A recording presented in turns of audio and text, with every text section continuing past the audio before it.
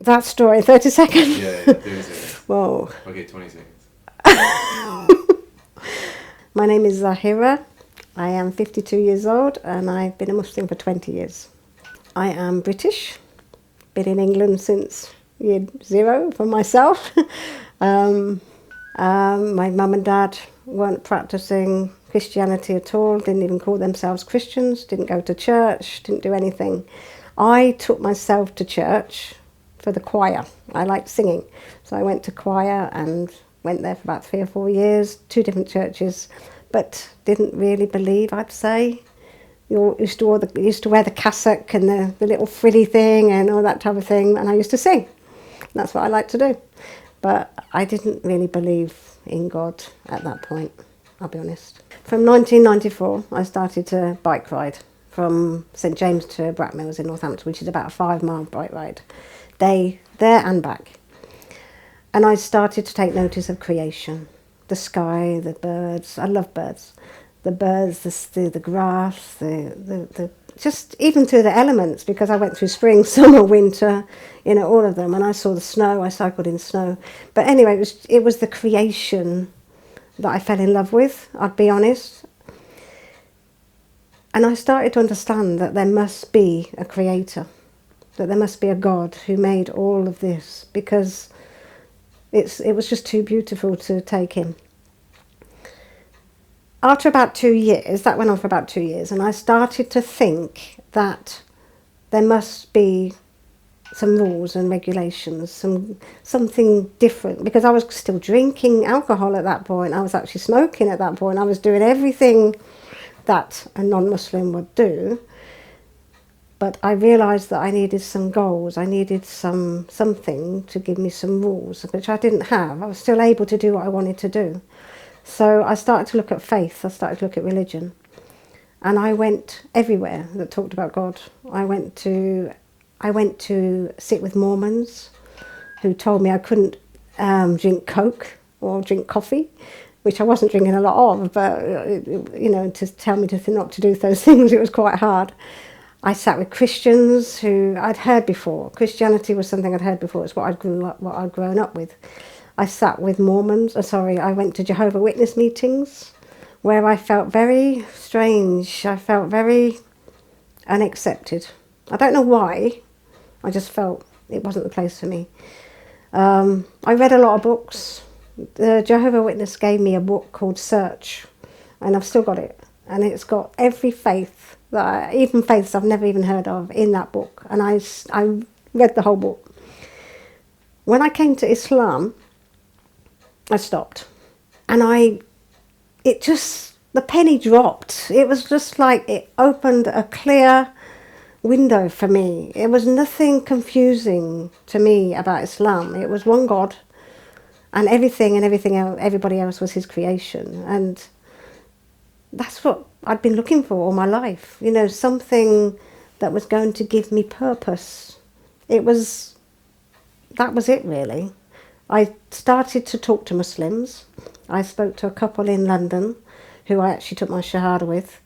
They gave me more books, more tapes. I started to listen, I started to read.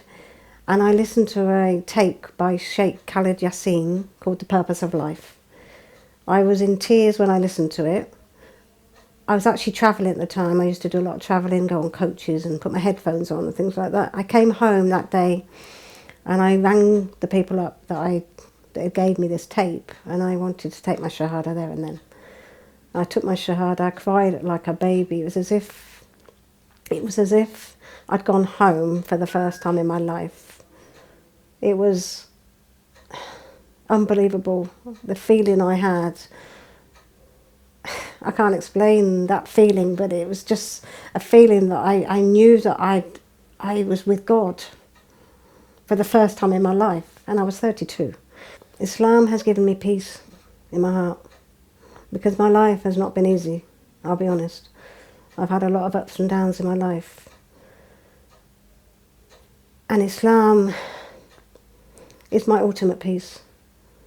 Even before I came in this room, I was thinking about God and asking him to be with me with this and to and I never had that before. I wasn't brought up with the peace of God. I wasn't brought up with that. I was brought up with drinking and partying and Christmas and Easter and all these things that really didn't give me any depth. There was no depth in it. But now I know God, and I know that God hopefully loves me, and still have a feeling, it's just me, so it's just me because of my life, that I feel as though God, he's there, but I have to work hard for his love. I have to work hard. But I'm devout, 100% devout to him, and I hope that, he's happy with me. After accepting Islam, I developed patience. I used to be so impatient. I like things done now. When I became a Muslim, I read a lot about how patience was such an important part of your characteristics, and I developed it. I've got 5 children, and I'm a single mother, so I had to develop patience. It was something I needed to develop, and I couldn't have done it without God. I could not have done it without God. Because every day I've said, and still say, please help me to become a good mother, help me to be a good mother, help me to be a good Muslim, help me to be a good person, help me to be a good friend, help me to be a good sister, help me to be a good chair of the group, help me to be everything that I need to be, help me to be the best I can be in this life. And he helps me. Not saying I'm the best, because I never will be. I never put myself on top of any pedestal, but I strive. And I know he helps me to strive. Regardless of whatever's going on in your lives, regardless of who you think you're going to upset, or who's not going to want to be with you anymore and reject you, God will never reject you. He'll always be there. And that's what gives you the peace. So if you're thinking about it, please research some more. Take small steps towards God. Open your heart and ask him to guide you. And go. Go. You'll never look back. Not in 20 years, I've never, ever thought I'd made the wrong mistake, the wrong decision. And that is the only thing in life that is worth being alive for. Peace be with you.